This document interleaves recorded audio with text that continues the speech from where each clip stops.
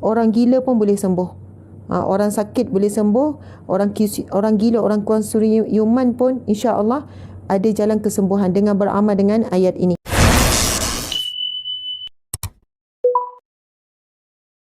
Ayat paling agung dan mulia kita dah sebutkan dalil tadi. Pasal ayat pelindung, bagaimana nak beramal pelindung daripada jin syaitan. Kalau siapa yang ada gangguan sihir ke, santau ke, ada orang kata yang keturunan tu apa panggil saka ke, ataupun apa-apalah kan, bentuk-bentuk gangguan, makar-makar kejahatan yang dijayakan oleh jin, maka insya-Allah cuba amalkan ni. Bahkan di dalam hadis yang menyebutkan tentang kekuatan beramal dengan 10 ayat daripada surah Al-Baqarah ini, orang gila pun boleh sembuh. Orang sakit boleh sembuh, orang gila, orang kuan yuman pun insya-Allah ada jalan kesembuhan dengan beramal dengan ayat ini. Orang gila mungkin dia tak boleh nak baca sendirilah, kita bacakan untuk merawat dia. Jadi ini adalah ayat untuk merawat sebenarnya, sehingga Nabi sebutkan ia boleh menyembuhkan dengan izin Allah orang yang gila sekalipun. Jadi baca. Sebab hari ni ramai ibu bapa yang mengadu pada saya, masalah bukan anak tu tak siuman, tapi dia kata tak tahu anak saya ni macam kena gangguan ustazah. Anak saya ni dulu ceria, sekarang diam je. Anak saya ni dulu sekian-sekian, sekarang berubah ustazah. Dulu dia minat ni, sekarang saya tak tahu saya nak berubah macam mana. Cubalah amalkan ni. Yang kedua ni sebagai ayat pelindung ataupun pemutus daripada kejahatan syaitan, kejahatan jin. Saya sebut jin syaitan. Jin tadi ada yang beriman, ada yang tidak beriman. Jin ada yang kafir, ada yang muslim. Jadi jin yang tidak beriman ataupun jin kafir adalah jin syaitan. Di kalangan syaitan. Syaitan di kalangan jin. Jadi yang kafir namanya syaitan iblis. Tapi ada lagi yang beriman. Yang masuk Islam dengan Nabi ramai mana jin yang asalnya kafir, kemudian dia masuk Islam dan dia bersyahadah dengan Nabi sallallahu alaihi wasallam. Sebab tu ada masjid jin. Ada masjid jin di Mekah ke di Madinah. Ada sejarah dengan sekumpulan besar jin yang masuk Islam dengan Nabi sallallahu alaihi wasallam. Okey, lepas tu amalannya ni 4 ayat awal Al-Baqarah yang kita bacakan tadi. Kemudian yang ketiga, tiada penghalang untuk masuk syurga. Ini pun hadis yang sahih. Nabi bersabda, barang siapa yang membaca surah Ayatul Kursi setiap kali lepas solat. So dia punya kaifiat ialah, yang ini kita dah bagi tahu dah kaifiat tu bagaimana beramal. Nilah baca. Bila baca, anytime boleh baca. Nak baca lepas solat boleh, sekali sehari boleh, nak baca anytime boleh. Dia tidak ada waktu yang khusus untuk yang nombor 2 ni. Yang nombor 3, tiada penghalang untuk masuk syurga ni, baca bila? Setiap kali selepas solat fardu. Ada penghalang untuk masuk syurga, amalannya ialah setiap kali selepas solat fardu. Ini hadis setiap kali selepas solat fardu, subuh, zuhur, asar, maghrib, isyak, dia mesti baca. Maka Nabi kata tidak ada yang menghalang antara dirinya dengan syurga melainkan kematian. Dia belum masuk syurga sebab dia masih hidup.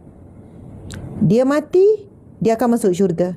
Memang belum syurga yang betul-betul, tapi alam kubur tu pun telah dihampar dengan permainan syurga, telah diberikan haruman syurga, telah diberikan kedinginan syurga, sudah ada sipi-sipi nikmat syurga.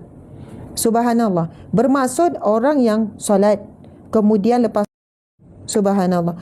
Kemudian yang keempat, dilindungi sepanjang tidur. Bagaimana amalannya dilindungi sepanjang tidur? Amalannya adalah ketika baring.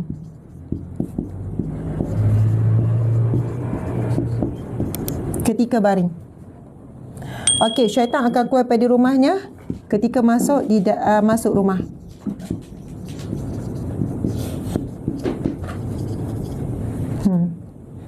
Okey, faham ya? Jadi sahabat-sahabat dimati Allah sekalian, kita cakap fadilat, kita terus tulis kaifiat. Kena faham fadilat, kelebihan, kaifiat bagaimana beramal.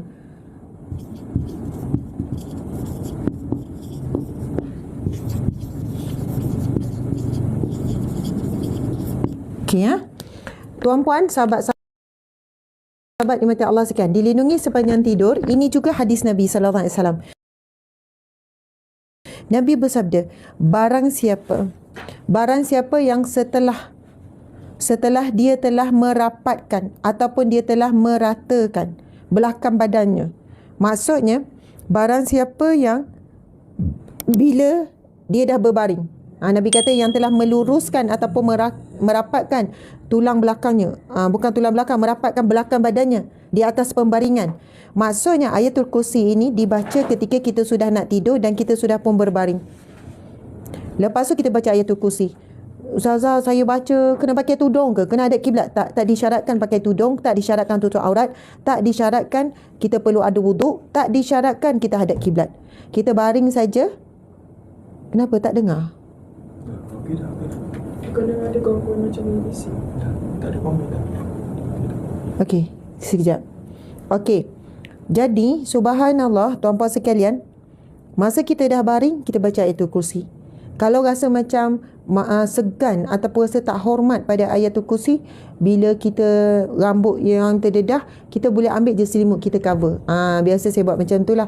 Tapi hadis Nabi tu Nabi sebut begitu cara beramal dengannya. Begitu cara beramal. Iaitu dengan kita sudah merapatkan belakang badan kita, masuk kita dah baring di atas pembaringan, lepas tu kita baca ayatul kursi. Itu yang keempat, dilindungi sepanjang tidur. Ketika baring, kita baca sebelum tidur. Kemudian yang kelima, syaitan akan keluar daripada rumahnya. Macam mana? Bila masuk rumah je, kita baca ayatul kursi. Masuk je rumah, Assalamualaikum, baca ayatul kursi. Syaitan yang ikut follow, jin yang ikut kita nak masuk rumah tak boleh ikut. Yang ada dalam rumah akan keluar. Masya Allah. Cubalah amalkan. Ustazah, saya tak keluar macam mana? Tak apa. Yang duduk dalam rumah pun baca je ayatul kursi. Masya Allah. Ada yang cakap, Ustazah, saya ni memang pasang radio Al-Quran. Sepanjang masa ada Al-Quran. Sepanjang masa kita putar Al-Quran. Sepanjang masa saya baca, surah-surah pendek, ayat-ayat amalan, zikir-zikir tu saya pasang. Takkan sama dengan kita baca. Takkan sama. Tuan-tuan dimati Allah sekalian. Kita boleh nak baca, nak pasang. Bila kita pasang, alhamdulillah, suasana rumah kita bunyi damai, rasa tenteram, rasa tenang, rasa sejuk sebab dengar bunyian bacaan Al-Quran. Tetapi subhanallah, itu adalah kita sebut teknologi yang mana pembaca pun tak ada, dia diulang-ulang. Tapi bila kita yang baca, bermaksud kita yang mohon perlindungan dengan Allah. Bila kita baca, kita yang berdoa dengan Allah. Bila kita baca, syaitan itu, dia bukan ganggu yang keset tu. Dia mengganggu kita. Perlindungan tu untuk kita. Jadi kita yang baca, kita yang beramal, kita yang dapat. Subhanallah. Bukan saya meremehkan. Memang lebih baik, tuan-puan sekalian, rumah kita didengarkan dengan selawat. Itu lebih baik daripada muzik. Tapi untuk mendapatkan fadilat, iaitu kelebihan daripada amalan ni, maka ini kita perlu baca sendiri. Bukan kita serah kepada teknologi. Okey, silakan nak snack. Silakan. Saya nak berkongsi seterusnya sempena nuzul Quran ni. Ada beberapa lagi ilmu yang berkaitan dengan Al-Quranul Karim. Okey. IG masih bising Ustaz, kena buat sesuatu. IG bising lagi. Mungkin kena tukar ni. Ataupun satu lagi yang tadi tu, kita tukar. Kadang memang kena tukar. Sekejap ya. Encik kejap. Nak kena tukar kepala sekali ke tukar ni je? Okey. Sekejap ya. Ada je isu teknikal di IG ataupun wire ni dah nak kena tukar dah. Sebab bukan sekali dua masalah. Tukar terus je wire. Saya nak ucap terima kasih sangat kepada pihak yang selalu menyumbang star, menyumbang gift dan menyumbang kewangan untuk gerak kerja dakwah. Sumbangan anda, kami duk beli alat-alat ni lah. Alat-alat ni sensitif, selalu jatuh, selalu itu, selalu ni lasak. Dia mudah sangat rosak. Jadi kita ni kerap tukar phone, kerap tukar segala equipment yang terlibat. Jadi anda dapat pahala mengalir. Mudah-mudahan tak berhenti apabila anda menyumbang kepada gerak kerja dakwah dan segala fasilitis ataupun keperluan yang melibatkan dakwah.